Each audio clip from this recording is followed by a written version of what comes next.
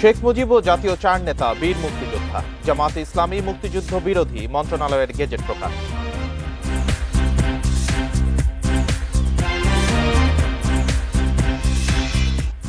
দাঁড়িপাল্লা প্রতীক ফিরে পাচ্ছে জামায়াত, ইশরাকের বিষয়ে সিদ্ধান্ত নেবে মন্ত্রণালয়, বলছে নির্বাচন কমিশন।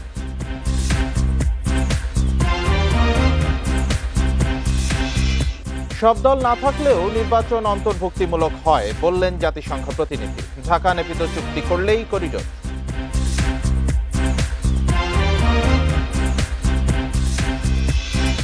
ক্রেতা বিক্রেতার ভিড়ে জমে উঠেছে রাজধানীর কোরবানির হাট। ছোট মাঝারি গরুর চাহিদা বেশি, বড় গরু নিয়ে চিন্তা।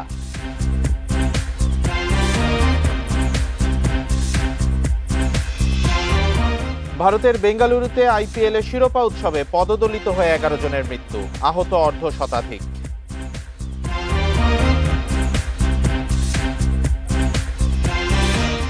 স্বাগত বিরতিহীন রাত 9টায় বাংলাদেশে। আপনাদের সাথে আছি আমি রাকিব আহমেদ। এতক্ষণ শিরোনামগুলো জানাচ্ছিলাম, এবার জানাবো বিস্তারিত খবর।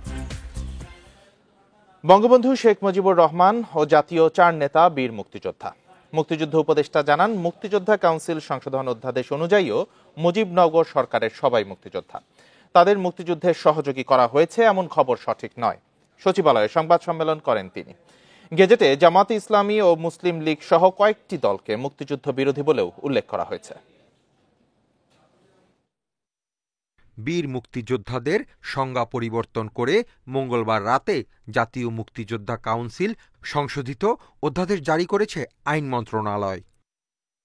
এর পরপরই খবর ছড়ায়, মুজিবনগর সরকারের সদস্যরা মুক্তিযোদ্ধা নয়, সহযোগী মুক্তিযোদ্ধা জানিয়ে শুরু হয় সমালোচনা।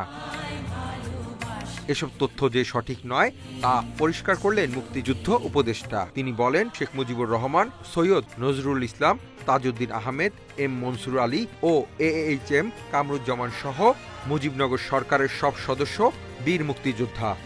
মুজিবনগর সরকার ও উক্ত সরকার কর্তৃক স্বীকৃত অন্যান্য বাহিনী তারা সবাই মুক্তিযোদ্ধা হবেন। তার মানে মুজিবনগর সরকার ইটসেলফ এবং তার দ্বারাই স্বীকৃত অন্যান্য সকল বাহিনী যারা সশস্ত্রভাবে যুদ্ধ করেছে তারা সবাই মুক্তিযোদ্ধা হবেন। এটাই।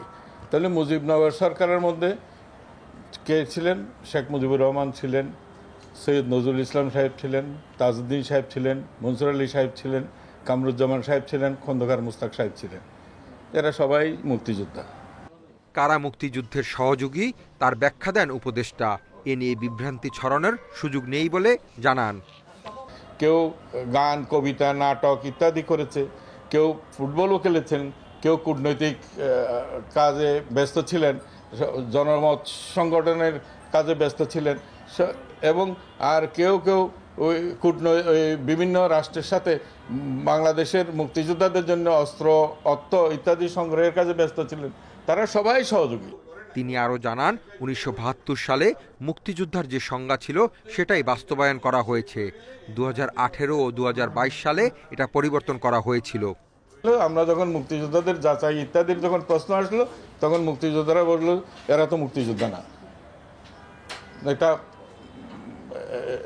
ডিফারেন্স অফ ওপিনিয়ন পাওয়া গেল, এবং প্রায় সব সংগঠনেই বলল যে মুক্তিযোদ্ধার সংজ্ঞা আগে যেটা ছিল সেটাই সঠিক ছিল। তো ওইখানেই ফিরত যাও। এ সময় মুক্তিযুদ্ধ বিরোধী দলের নামও তুলে ধরেন উপদেষ্টা। লেখা আছে যে তারা মুক্তিযুদ্ধ করে নাই। জামাত ইসলাম, মুসলিম লীগ, নেজাম ইসলাম ওরা যুদ্ধ করে নাই, এখানে নাম ধরে লেখা আছে। ওইটার ভিতরেই লেখা আছে, ওই সংজ্ঞার ভিতরেই লেখা আছে। Asif Mahmud Shah, independent news, Dhaka. এই মুহূর্তে মুক্তিযোদ্ধার সংজ্ঞা নিয়ে বিভাজনের চেয়ে ভুয়া মুক্তিযোদ্ধা তালিকা করা বেশি জরুরি, এমন কথা বলেছেন জ্যেষ্ঠ আইনজীবীরা। ভবিষ্যতে কোনো আইন সংশোধনের আগে আরো বেশি আলোচনার তাগিদ দিয়েছেন বিশেষজ্ঞরা। জাতীয় মুক্তিযোদ্ধা কাউন্সিলের সংশোধিত আইনের গেজেটের প্রতিক্রিয়ায় এসব কথা বলেন আইনজ্ঞরা। জাতীয় মুক্তিযোদ্ধা কাউন্সিলের সংশোধিত অধ্যাদেশ জারির পর তোলপাড় দেশ। এরই মধ্যে বিভ্রান্তি দূর করে সংবাদ সম্মেলনও করেছেন মুক্তিযুদ্ধ বিষয়ক উপদেষ্টা।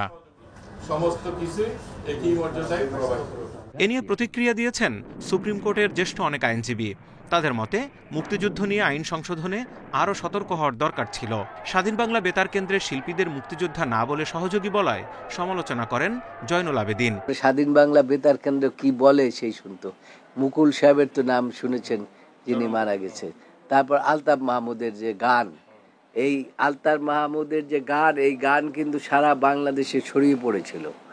এখন তাদেরকে যদি আপনি মুক্তিযোদ্ধা না বলেন, তাদেরকে যদি বলেন যে তারা মুক্তিযোদ্ধা না, সেই ক্ষেত্রে তো আপনি সত্যের অপলাপ করলেন, এটা ঠিক না। আইনবিদরা বলছেন বিভাজনের চেয়ে বেশি দরকার ছিল ভুয়া মুক্তিযোদ্ধা চিহ্নিত করা। আইন পরিবর্তন বা সংশোধনের আগে অংশীজনদের সঙ্গে আরও আলোচনার তাগিদ দিয়েছেন তারা। যখন একটা আইন প্রণয়ন হয়, এটা একটা দীর্ঘ প্রক্রিয়ার মধ্যে তো হয়তো তখন এই ভুল ভ্রান্তি, এই বিতর্ক বা সন্দেহ এগুলো আগেই শেষ হয়ে যায়। কিন্তু এখন যেহেতু আপনার আন্ডার টেবিল করা হচ্ছে, হঠাৎ করে রাত্রি হয়তো করে ফেললো, তো এগুলো তো কেউ কিছু জানছে না। এখানে ভুল প্রতি থাকবে, শব্দের ব্যাখ্যা থাকবে, যার ফলে উপদেশটাকে নিজে এসে ব্যাখ্যা দিতে হবে। কেন এখন শুনি 50 বছরের যার জন্ম হয় নাই সেও মুক্তিযোদ্ধা। এইসব শুনলে তখন আমাদের খুব কষ্ট হয়, ব্যথা হয়, যে এই জন্য কি মানুষ এই মুক্তিযুদ্ধ করে প্রাণ দিয়েছে। আইন প্রণয়ন বা সংশোধনে কোনো অস্পষ্টতা রাখা যাবে না বলেও মত আইনজীবীদের। Jahidul Bashar, independent news, Dhaka. বাংলাদেশ জামায়াতে ইসলামীকে নিবন্ধন ও দাঁড়িপাল্লা প্রতীক ফিরিয়ে দেওয়ার সিদ্ধান্ত নিয়েছে নির্বাচন কমিশন। সেই সঙ্গে ঢাকা দক্ষিণ সিটির মেয়র হিসেবে বিএনপি নেতা ইশরাক হোসেনের নামে গেজেট প্রকাশ করেই তাদের দায়িত্ব শেষ করেছে কমিশন। বিকেলে এক সংবাদ সম্মেলনে নির্বাচন কমিশনার ব্রিগেডিয়ার জেনারেল অবসরপ্রাপ্ত আবুল ফজল মোহাম্মদ সানাউল্লাহ এসব কথা জানান। ঈদুল আজহার আগে শেষ কর্মদিবসে প্রধান নির্বাচন কমিশনারের সভাপতিত্বে ইসি সভায় জামায়াতের নিবন্ধন মেয়র হিসেবে ইশরাক হোসেনের শপথ বিষয়ে সিদ্ধান্ত আসে। পরে বিকেলে সংবাদ সম্মেলনে নির্বাচন কমিশনার অবসরপ্রাপ্ত ব্রিগেডিয়ার জেনারেল আবুল ফজল মোহাম্মদ সানাউল্লাহ জানান, 2013 সালে বাতিল হওয়া বাংলাদেশ জামায়াতে ইসলামীর নিবন্ধন ও দলীয় প্রতীক ফেরতের সিদ্ধান্ত নিয়েছে ইসি। ওনারা আমাদের কাছে দুটো জিনিস একসাথে চেয়ে একটা আবেদন করেছেন। তবে আমরা যেহেতু একদম নীতিগত সিদ্ধান্ত আমরা নিয়ে ফেলেছি, এখন আমাদের সেক্রেটারিয়েট ওয়ার্কআউট করবে। এমনও হতে পারে যে তাদের নিবন্ধনটা যেহেতু কোর্টের আদেশ আমাদের হাতে আছে, তাৎক্ষণিকভাবে দিয়ে দিব। আর অ্যাজ অ্যান্ড ওয়েন দাঁড়িপাল্লা প্রতীকটা হয়ে আসে তখন তারা উনি পাবেন। ঢাকা দক্ষিণ সিটির মেয়র পদে বিএনপি নেতা ইশরাক হোসেনের শপথের দায়িত্ব ইসির নয় উল্লেখ করে তিনি জানান, ইসির দায়িত্ব গেজেট প্রকাশ করা, বাকি কাজ স্থানীয় সরকার মন্ত্রণালয়ের। যে নির্বাচন কমিশনের কাজ হচ্ছে গেজেট পর্যন্ত পাবলিশ করা, আর শপথের ব্যাপারটি আপনার স্থানীয় সরকার সিটি কর্পোরেশন আইনের ধারার সাথে পরিষ্কারভাবে বলা আছে কারা এটা অ্যাডমিনিস্ট্রেট করবে। আমরা যেটা বলেছি আমাদের চিঠির মাধ্যমে, যে এখানে যদি কোনো আইনি কোনো ধরনের জটিলতা না থাকে বা অপরাপর কোনো বাধ্যবাধকতা না থাকে, তাহলে আমরা তাদের পরবর্তী কার্যক্রম গ্রহণ করার জন্য অনুরোধ করেছি। কোনো রাজনৈতিক দলের প্রতীক স্থানীয় সরকার নির্বাচনে ব্যবহার করা যাবে না বলেও সিদ্ধান্ত নিয়েছে নির্বাচন কমিশন। জাহিদুল ইসলাম, ইন্ডিপেন্ডেন্ট নিউজ, ঢাকা। অন্তর্ভুক্তিমূলক নির্বাচন মানে সব দলের অংশগ্রহণ নয়, সমাজের সব শ্রেণী পেশার মানুষের অংশগ্রহণই অন্তর্ভুক্তিমূলক নির্বাচন, এমন মন্তব্য করেছেন জাতিসংঘের আবাসিক প্রতিনিধি গোয়েন লুইস। সকালে জাতীয় প্রেস ক্লাবে জি ক্যাবের আলোচনায় তিনি বলেন, ভোট আগে নাকি সংস্কার তা ঠিক করবে জনগণ, সরকার ও রাজনৈতিক দল, জাতিসংঘ নয়। আওয়ামী লীগ নিষিদ্ধের বিষয়টি সরকারের রাজনৈতিক সিদ্ধান্ত। বহুল আলোচিত মানবিক করিডোর নিয়ে নানা প্রশ্নের খোলামেলা জবাব দেন বাংলাদেশে জাতিসংঘের আবাসিক প্রতিনিধি ও সমন্বয়কারী গোয়েন লুইস। কূটনৈতিক প্রতিবেদকদের সংগঠন আয়োজিত এই ডিকাপ টকে তিনি জানান, করিডোর ইস্যুতে এখনো যুক্ত হয়নি জাতিসংঘ।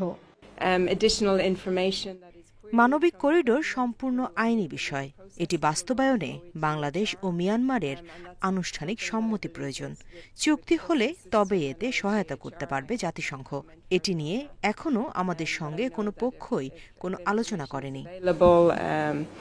নির্বাচন ও সংস্কার ইস্যুতে রাজনৈতিক দলগুলোর মতামত এবং অবস্থান প্রসঙ্গে জাতিসংঘের মন্তব্য জানতে চাইলে গোয়েন লুইস বলেন, এই বিষয়ে বাংলাদেশের সব পক্ষ মিলেই সিদ্ধান্ত নেবে। নির্বাচন আগে না সংস্কার, এটা বাংলাদেশের জনগণ, সরকার ও রাজনৈতিক দল ঠিক করবে, জাতিসংঘ নয়। অন্তর্ভুক্তিমূলক নির্বাচন মানে সব রাজনৈতিক দলের অংশগ্রহণ নয়। জাতিসংঘের সংজ্ঞামতে সমাজের সব শ্রেণী পেশার মানুষের অংশগ্রহণকেই অন্তর্ভুক্তিমূলক নির্বাচন বলা হয়। The recommendations are quite clear. জাতিসংঘ ফ্যাক্ট ফাইন্ডিং মিশন জুলাই হত্যাকাণ্ডের প্রতিবেদনে রাজনৈতিক দল নিষিদ্ধের বিপক্ষে বলেছিল। তা সত্ত্বেও আওয়ামী লীগ নিষিদ্ধের বিষয়ে সংস্থাটির বক্তব্য জানতে চান সাংবাদিকরা। আমরা রাজনৈতিক দল নিষিদ্ধ না করার সুপারিশ করেছিলাম, কারণ সব দলের অংশগ্রহণ অনেক সময় অস্থিরতা প্রতিরোধে সহায়ক, কিন্তু পারিপার্শ্বিক অবস্থা বিবেচনায় নিতে হবে। সরকারের আওয়ামী লীগ নিষিদ্ধের সিদ্ধান্ত এদেশের বিদ্যমান বাস্তবতায় বুঝতে হবে এবং এটা সরকারের খুবই রাজনৈতিক সিদ্ধান্ত। ওয়েন লুইস জানান, সুষ্ঠু ও অবাধ নির্বাচন নিশ্চিতে অন্তর্বর্তী সরকারকে সব ধরনের সহায়তা করতে আগ্রহী জাতিসংঘ। ঢাকায় সংস্থাটির মানবাধিকার বিষয়ক কার্যালয় স্থাপনের বিষয়টি চূড়ান্ত, ছোট পরিসরে চালু হবে শীঘ্রই। Nafiza Dubla, independent news, Dhaka. 4 দিনের সফরে 9 জুন লন্ডনে যাচ্ছেন প্রধান উপদেষ্টা অধ্যাপক মোহাম্মদ ইউনূস। গুঞ্জন রয়েছে এ সময় তার সঙ্গে দেখা হতে পারে বিএনপির ভারপ্রাপ্ত চেয়ারম্যান তারেক রহমানের। তবে পররাষ্ট্র মন্ত্রণালয় জানিয়েছে বিষয়টি এখনও প্রধান উপদেষ্টার কার্যসূচিতে অন্তর্ভুক্ত হয়নি। বিকেলে ভারপ্রাপ্ত পররাষ্ট্র সচিব আরও জানান, এ সফরে যুক্তরাজ্যে পাচার হওয়া অর্থ ফেরত আনার বিষয়টিতে সর্বোচ্চ প্রাধান্য দেওয়া হবে। অন্তর্বর্তী সরকারের দায়িত্ব নেওয়ার পর প্রথমবারের মতো ইউরোপ যাচ্ছেন প্রধান উপদেষ্টা ডক্টর মোহাম্মদ ইউনূস। লন্ডন সফর ঘিরে ইতোমধ্যেই রাজনৈতিক সহ নানা অঙ্গনেই আলোচনা রয়েছে। সেখানে প্রধান উপদেষ্টার সঙ্গে দেখা হতে পারে বিএনপির ভারপ্রাপ্ত চেয়ারম্যান তারেক রহমানের। তবে পররাষ্ট্র মন্ত্রণালয় বলছে, যুক্তরাজ্যের বিভিন্ন রাজনৈতিক দলের নেতাদের সঙ্গে প্রধান উপদেষ্টার বৈঠক থাকলেও এখন পর্যন্ত এ বিষয়টি সূচিতে অন্তর্ভুক্ত হয়নি। আমি কোনো রাজনৈতিক দলের নাম বলতে চাই না, কিন্তু যুক্তরাজ্যের রাজনৈতিক ব্যক্তিবর্গ বলতে ওখানে যারা রাজনীতির সাথে আছেন, সেটা কনজারভেটিভ পার্টির হোক, লেবারের হোক অথবা অন্য পার্টিরই হোক, তারা মানে প্রতিষ্ঠিত রাজনৈতিক নেতৃবর্গ যারা আছেন তাদের সাথে মিটিংয়ের কথা বলেছি। আমি আসলে বাংলাদেশের কোনো রাজনৈতিক দলের কোনো নেতার মিটিংয়ের বিষয়ে আমার জানা নেই। 5 আগস্ট পরবর্তী সময়ে যুক্তরাজ্যে পালিয়ে যাওয়া অভিযুক্তদের দেশে ফেরানোর বিষয়টি শীর্ষ পর্যায়ে আলোচনার সুযোগ নেই বলেও জানান ভারপ্রাপ্ত পররাষ্ট্র সচিব। বিষয়টি হচ্ছে পাচার হয়ে যাওয়া অর্থ উদ্ধার বা পুনরুদ্ধার। আমরা ব্যক্তির বিষয়ে যত না বেশি পদক্ষেপ নিয়েছি বা নিচ্ছি, তার চেয়ে বেশি আমাদের পাচার হয়ে যাওয়া অর্থ উদ্ধার করাটাই বেশি জরুরি আমরা মনে করছি। 11 জুন ব্রিটিশ প্রধানমন্ত্রীর সঙ্গে দ্বিপাক্ষিক বৈঠক হবে প্রধান উপদেষ্টার। তবে এবারের সফরে কোনো সমঝোতা স্মারক বা চুক্তি হচ্ছে না বলে জানায় পররাষ্ট্র মন্ত্রণালয়। এছাড়া 12 জুন যুক্তরাজ্যের রাজা তৃতীয় চার্লসের সঙ্গে সাক্ষাৎ করবেন প্রধান উপদেষ্টা। একই দিন বিকেলে সেন্ট জেমস প্রাসাদে রাজার হাত থেকে কিংস চার্লস হারমোনি অ্যাওয়ার্ড নেবেন অধ্যাপক মোহাম্মদ ইউনূস। সম্পূর্ণ আমাদের জন্য। Nafiza Dubla, independent news, Dhaka. স্বজনদের সাথে ঈদ করতে ঢাকা ছাড়ছে নগরবাসী। কাল থেকে শুরু হচ্ছে টানা 10 দিনের ছুটি। ঈদের আগে আজ ছিল শেষ কর্মদিবস। রাজধানীর গাবতলী, মহাখালী, কল্যাণপুর সহ বিভিন্ন বাস টার্মিনালে রয়েছে যাত্রীদের চাপ। বেলা বাড়ার সাথে সাথে বাড়ে যাত্রী সংখ্যাও। ঈদের আগে শেষ কাজ করে অনেকে আজই রওনা হচ্ছে বাড়ির পথে। তাই বিকেল সন্ধ্যা থেকে ভিড় আরও বাড়ার কথা জানিয়েছে বাস সংশ্লিষ্টরা। যাত্রী চাপ থাকায় টার্মিনালগুলোর আশেপাশের সড়কে দেখা দিয়েছে যানজট। এদিকে কমলাপুর রেল স্টেশনেও সকাল থেকে ভিড় রয়েছে যাত্রীদের। তবে ঈদ যাত্রায় যাত্রীদের ভোগান্তি কমাতে স্টেশনে চেকিং ব্যবস্থা ও অতিরিক্ত নিরাপত্তা জোরদার করেছে কর্তৃপক্ষ।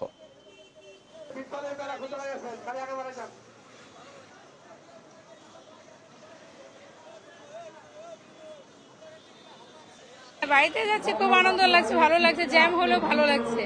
রাস্তাঘাটের অবস্থা এখন একটু অন্যরকম। ঈদ তো সামনে, তাই বাসে আইসে লাইনে দাঁড়ায় টিকিট কাটতে হয়। কিন্তু একটা কষ্ট, মানুষের ধাক্কা ধুক্কা খেতেছি, তারপরে কষ্ট করে দাঁড়ায় আসছি। ওনাদের একটা চিন্তা করা উচিত, মানুষের কষ্ট দিতে কোনো লাভ নেই। ঈদের সময় বাস যাত্রীদের কাছ থেকে অতিরিক্ত ভাড়া নিলে সংশ্লিষ্টদের বিরুদ্ধে আইনি ব্যবস্থা নেওয়ার হুঁশিয়ারি দিয়েছেন স্বরাষ্ট্র উপদেষ্টা জাহাঙ্গীর আলম চৌধুরী। বিকেলে রাজধানীর মহাখালী বাস টার্মিনাল পরিদর্শনে গিয়ে তিনি হুঁশিয়ারি দেন। উপদেষ্টা আরো বলেন, ঈদযাত্রা নির্বিঘ্ন করতে সরকারের পক্ষ থেকে প্রয়োজনীয় সবকিছু করা হবে। বেশি ভাড়া বা অতিরিক্ত যাত্রী নেওয়া হলে আইন শৃঙ্খলা বাহিনীকে জানানোর জন্য যাত্রীদের প্রতি আহ্বান জানান তিনি। এছাড়াও ডাকাতি বা অনাকাঙ্ক্ষিত পরিস্থিতি এড়াতে সব যাত্রীর ছবি তুলে রাখা হবে বলেও জানান উপদেষ্টা। টার্মিনাল পরিদর্শনের সময় বিভিন্ন কাউন্টারের কর্মকর্তা, কর্মচারী এবং যাত্রীদের সাথেও মত বিনিময় করেন জাহাঙ্গীর আলম চৌধুরী।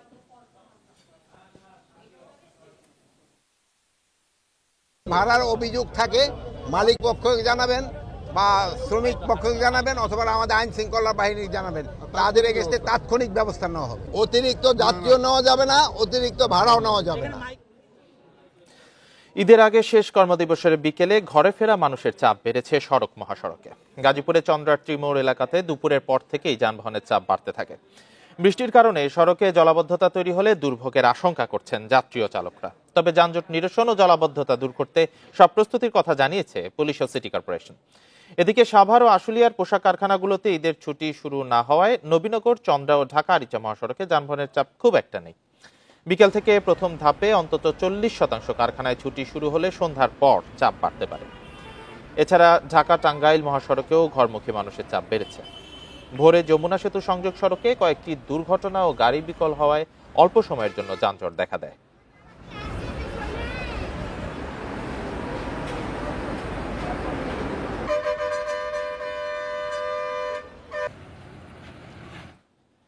এবার জানাবো কোরবানির পশুর হাটের খবর।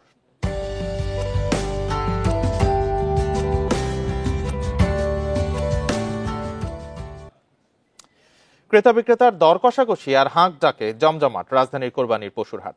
সাধ্যের মধ্যে পছন্দসই পশু কিনছেন ক্রেতারা। বলছেন গতবারের চেয়ে দাম খুব একটা বাড়েনি, তবে ন্যায্য দাম না পাওয়ার অভিযোগ বিক্রেতাদের। পবিত্র ঈদুল আজহা উপলক্ষে বিভিন্ন জেলা থেকে কোরবানির পশু এসেছে রাজধানীর দিয়াবাড়ি হাটে। ক্রেতাদের মনোযোগ বাহারি সব পশুর দিকে। ঈদের কয়েকদিন আগে ক্রেতা বিক্রেতার হাট ডাকে মুখর পশুর হাটগুলো। বেলা বাড়ার সাথে সাথে ক্রেতার ভিড় বাড়ে কয়েক গুণ। পশু কিনতে ক্রেতার হাতে সময় শুক্রবার পর্যন্ত, তবে শেষ সময়ের অপেক্ষা না করে হাটে ছুটছেন অনেকেই। 2 লাখ বা এর কম দামের পশুর দিকেই ঝোঁক বেশি ক্রেতাদের। দাম নিয়ে সন্তুষ্ট তারা। পারফেক্ট দাম আর আল্লাহর রহমতে ভালোই আছে, কিন্তু গরু 2,10,000 চাইছিল, আমরা 1,60,000 দিয়ে কিনছি। বাজারের অবস্থা ভালো, প্রচুর পরিমাপের গরু আছে বাজারে। ভেরি রিজনেবল প্রাইস এবং কোনো হ্যাসেল নাই তো, এরকম কোনো ধরনের কেউ আমাদেরকে চেষ্টা করছে না যে আপনি বাড়ায় কমায়, যা ইচ্ছা তাই নিচ্ছি আমরা। দাম কম। আমি তো কিনলাম একটু ছোট দেখে 65,000, তো গতবার এগুলো মনে হচ্ছে যে আর একটু বেশি 80-85 এরকম ছিল মনে হচ্ছে আর কি। নর্মালি আছে, বেশি হাইও না ছোটও না, বাট হয়তো আজকের পরে গেলে আবার কালকে কমতে পারে। কমা আর ভাড়ার এটা বিষয় না, আমার গরু চয়েস হয়েছে, আমি কিনে ফেলছি। বিক্রেতারা বলছেন গোখাদ্যের দাম বাড়ায় এবার পশু লালন পালনের খরচে বেড়েছে। কাঙ্ক্ষিত দাম না পাওয়ার দাবি তাদের। গত বছর এটার দাম ছিল মোটামুটি 2, এবার কম 1,70,000। গত বছরের তুলনা চাইতে এবার দাম একটু কম। গত বছর এই গরু মনে করেন যে 160 বিক্রি হয়েছে, এবার 40-এ বেচলাম। গরুর কেনা তো 40-45, দাম কোনে হচ্ছে 30-32 এরকম দাম হচ্ছে। বাজার খুব ডাউন, বাজার ভালো না। দাম এখন ওই খুব একটা ভালো সুবিধা ভালো না, গরু বেশি তো খুব সুবিধা ভালো না। এদিকে হাটে ক্রেতা বিক্রেতাদের নিরাপত্তায় নেওয়া হয়েছে নানা ব্যবস্থা। সিসি ক্যামেরা দিয়ে পুরো হাটটাকে কভার করে রেখেছি এবং আমাদের প্রত্যেকটি আইন সংস্থা বাহিনীর প্রত্যেকটি সংস্থা এখানে কাজ করতেছেন এবং বর্তমানে বাংলাদেশ সেনাবাহিনী আইন শৃঙ্খলা পরিস্থিতি নিয়ন্ত্রণ করছেন, তারাও কাজ করতেছেন এবং আমাদের ব্যক্তিগত ভলান্টিয়ার বাহিনী আইন শৃঙ্খলা বাহিনীর সাথে একত্রে কাজ করতেছেন। এবার ঢাকার 2 সিটির 19টি হাটে হচ্ছে কোরবানির পশু বেচা কেনা, চলবে ঈদের দিন পর্যন্ত। Adilur Rahman, independent news, Dhaka. অন্তর্বর্তী সরকারের বাজেটে জিডিপির হিসাব শেখ হাসিনা সরকারের মতোই অবাস্তব আর কাগজে। বাজেট নিয়ে বিএনপির আনুষ্ঠানিক প্রতিক্রিয়ায় এ মন্তব্য করেন স্থায়ী কমিটির সদস্য আমির খসরু মাহমুদ চৌধুরী। শিক্ষা খাতে কম বরাদ্দ এবং বিগত সরকারের অপরিকল্পিত প্রকল্প নিয়ে সুনির্দিষ্ট নির্দেশনা না থাকায় বাজেটে মানুষের আকাঙ্ক্ষা পূরণ হয়নি বলে মনে করেন বিএনপি। গেল সোমবার 2025-26 অর্থবছরের বাজেট ঘোষণা করেন অন্তর্বর্তী সরকারের অর্থ উপদেষ্টা। এ নিয়ে দুপুরে রাজধানীর গুলশানে আনুষ্ঠানিক প্রতিক্রিয়া জানায় বিএনপি। আলোচনায় আসে মানুষের জীবনমান, শিল্প, শিক্ষা, পরিবেশ সহ বাজেটের সার্বিক বিষয়। স্থায়ী কমিটির সদস্য আমির খসরু বলেন, বর্তমান বাজেট বিগত সরকারের বাজেটেরই অনুকরণ, কাঠামোগত তেমন কোনো পরিবর্তন নেই। সাধারণ মানুষের জীবনযাত্রার মান হচ্ছে যে কোনো বাজেটের প্রধান লক্ষ্য হতে হবে। তার জীবনযাত্রার মান যাতে এফেক্ট, সেটা আপনার কর পলিসির মাধ্যমে হোক, প্রথম লক্ষ্য হওয়া উচিত। সেইগুলো উপেক্ষিত হচ্ছে। আমাদের দুঃখটা সেখানে যে আন্দোলনের জন্য, যে বৈষম্যহীনতার জন্য আমরা আন্দোলন করেছি, তার কোনো প্রতিফলন আমরা এখানে দেখতে পাচ্ছি না। শিক্ষা খাতে পর্যাপ্ত বরাদ্দ না থাকায় জন আকাঙ্ক্ষা পূরণ হয়নি বলেও মন্তব্য আমির খসরুর। বিএনপি ক্ষমতায় এলে শিক্ষা খাতে পুরোপুরি কর মওকুফের প্রতিশ্রুতিও তার। আরও বলেন, বাজেটে বিগত সরকারের অপরিকল্পিত উন্নয়ন প্রকল্পের বিষয়ে সুনির্দিষ্ট নির্দেশনা আসেনি। বিনিয়োগ কমছে, কর্মসংস্থান কমছে প্রতিদিন। আর এই ধারা তো এটা তো নিম্নমুখী বিষয়টা। যত তাড়াতাড়ি নির্বাচনের মাধ্যমে একটা নির্বাচিত সরকার আসবে, এটাকে রোধ করা সম্ভব, এই একমাত্র পথ, আর কোনো পথ তো নাই। নির্দিষ্ট খাতে রাজস্ব না বাড়িয়ে খাত বাড়ানোর তাগিদ দেন আমির খসরু। খরচের জন্য সরকার এখনও ব্যাংক খাতের উপর বেশি নির্ভরশীল বলেও মন্তব্য তার। বাজেট প্রতিক্রিয়ার পাশাপাশি নির্বাচনে জয়ী হলে বিএনপির 180 দিনের কর্মপরিকল্পনাও জানান নেতারা। মেহেদী হাসান, ইন্ডিপেন্ডেন্ট নিউজ, ঢাকা। আর এই ছিল বিরতিহীন রাত 9টায় বাংলাদেশে। ইন্ডিপেন্ডেন্ট টেলিভিশনের সব খবর আরো বিস্তারিত জানতে চোখ রাখুন ফেসবুক, ইউটিউবে, এক্সে। এতক্ষণ সাথে থাকার জন্য ধন্যবাদ সবাইকে। আমন্ত্রণ আমাদের পরের আয়োজনে।